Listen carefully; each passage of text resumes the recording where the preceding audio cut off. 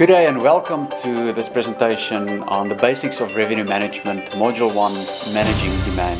Demand is really the cornerstone of revenue management, and it's very important to understand first and foremost of the demand. What's the demand? How do you manage it? How do you forecast it? And really, before you can do that, you need to understand the industry that you're in. So briefly on the agenda, we're going to look at a brief introduction. I'm going to talk about the demand for airline seats and really talk about the strategies for managing that demand, the forecasting of the demand, and really looking at the new laws of demand and supply as it is currently in the world. Now, just as a basic introduction, it's very important to understand the industry that you're in. So we're really quickly going to look at the service industry that we're in and what is meant by that. We're also going to look at the fixed capacity issue that 99.9% of operators within the revenue management environment experience. We can look at what is meant by a perishable commodity.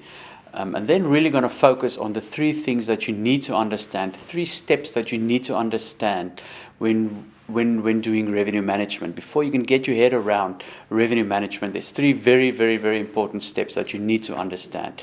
One is you need to understand the characteristics of the demand, of the airline demand, or if you're in a hospitality industry, the demand for bedrooms, or if you're in the luxury coach industry for seats.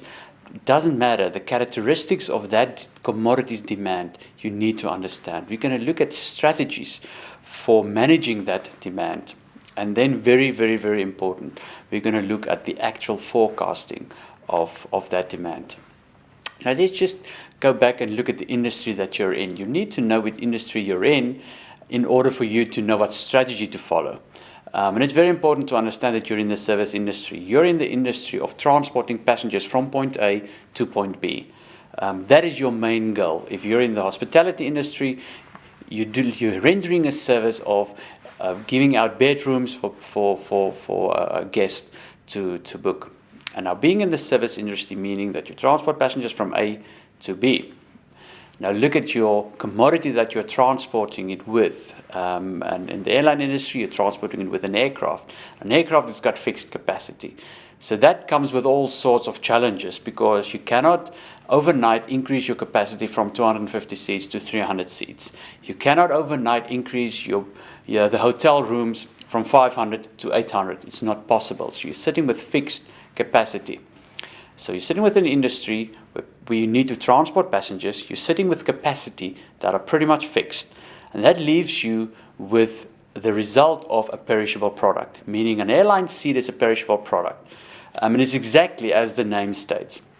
Once that aircraft departs, you don't have any capability again to fill those airline seats. Once the day has passed, you cannot fill those empty beds in the hotel. You cannot rent out those additional cars. It's gone. It's perishable. It's a lost opportunity. And that makes revenue management extremely important in this industry because you're sitting with a highly perishable commodity. And that brings us to the three very important steps that you need to understand before you can get your head around revenue management and start practicing revenue management. The first is really to understand what are the characteristics of demand. How does demand look? What are the building blocks of demand? Very important is that it ranges, it differs. The demand for early morning, mid-afternoon, and late afternoon varies. Day of week, demand for day of week varies. The demand for a Wednesday departure is different than that of a Friday departure. It also varies according to season.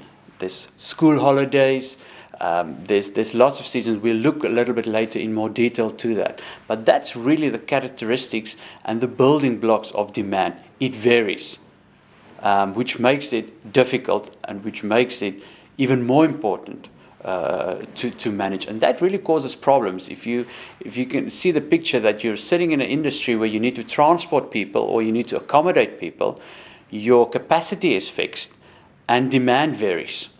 Makes it very difficult, and you can find yourself basically faced with one of three options. One is you can have excess demand, meaning the demand for your product is higher than the amount that you have available. The demand for your airline seats are much higher than the amount of seats that you have for that specific flight.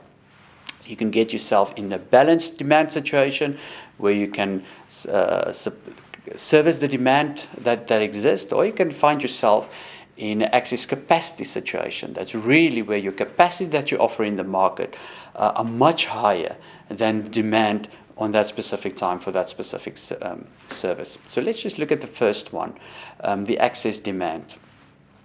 And that's really where the level of the demand for your service is much higher. It comes with its own set of problems.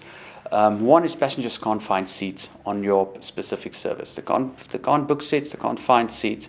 And that leads to a situation where they will look for alternatives and go to your competition and might never come back. The next situation that you might face is the balanced demand situation. That's really the ideal that you want to be. There's a balanced demand and a balanced supply.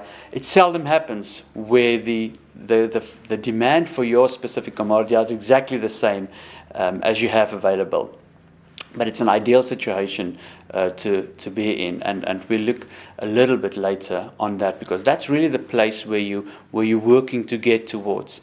And that's where your staff are optimally utilized, your equipment are optimally utilized. There's no delays or a drop in service levels, and no one is overworked, and it's operating as it should. You also can get a situation where your capacity exceeds the demand. You have much more seats in the market than what the actual demand is. And those are really the times that you need to become creative. Those are the times that you need to get the travel trade involved. Those are the times that you can offer educationals to travel agents and get them to experience your product without really losing any revenue, because you know how many empty seats you're going to have on that specific departure. It's also a good time to enter into barter agreements with advertising, newspapers, radio, and really offer them seats in exchange for advertising capability. So let's just look at the demand fluctuations. What's really important is to understand the demand fluctuations. And really a season or a year can be divided into three distinctive seasons. We have the peak season. That's really the